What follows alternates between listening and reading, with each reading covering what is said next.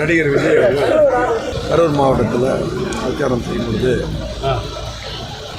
அந்த கூட்டத்துக்கு வந்த குழந்தைகள், பெரியவர்கள், அதே போல் தாய்மார்கள், சகோதரிகள், இளைஞர்கள் என்று கிட்டத்தட்ட இது 39 பேர் வந்ததாக இந்த பத்திரிகையில் ஊடகத்தில் செய்தி சொல்லி மறைந்ததாக எங்களுக்கெல்லாம் நினைவுகள் இந்த மாதிரி ஒரு மோசமான சம்பவம் நடந்ததில்லை. மிகவும் வருத்தமான நிகழ்ச்சி, மிக துக்கத்தில் மிக மோசமான ஒரு துக்கமான நிகழ்ச்சியாக இன்றைக்கு நடந்திருக்கிறது. வார்த்தையே வரவில்லை. இந்த மாதிரி நிகழ்வு எப்பொழுதும் நடக்கக்கூடாது.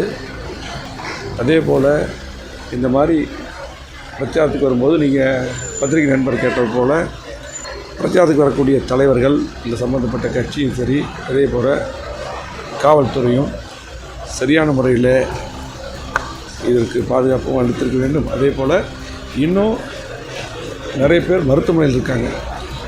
பொதுச்செயலாளர் சொன்னது போல் முழுமையாக தகவல்களெல்லாம் என்ன நடந்தது என்று தெரிகின்ற பொழுது விரிவாக அதை பற்றி பொதுச்செயலாளர் எடப்பாடியார் அவர்கள் அதை கருத்து தெரிவிக்கிறதா சொல்லியிருக்கார்கள்.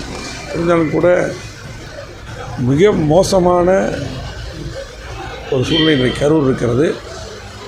அரசாங்கமும் அதே போல் அந்த குடும்பங்களுக்கு குறிப்பாக இன்றைக்கு மருத்துவமனையில் அனுமதி பெற்றக்கூடிய உயிருக்கு போராடி கொண்டிருக்கிறவர்களை தனியார் மருத்துவமனையில் அட்மிட் பண்ணி உயர்தர சிகிச்சை அளிக்க வேண்டும்.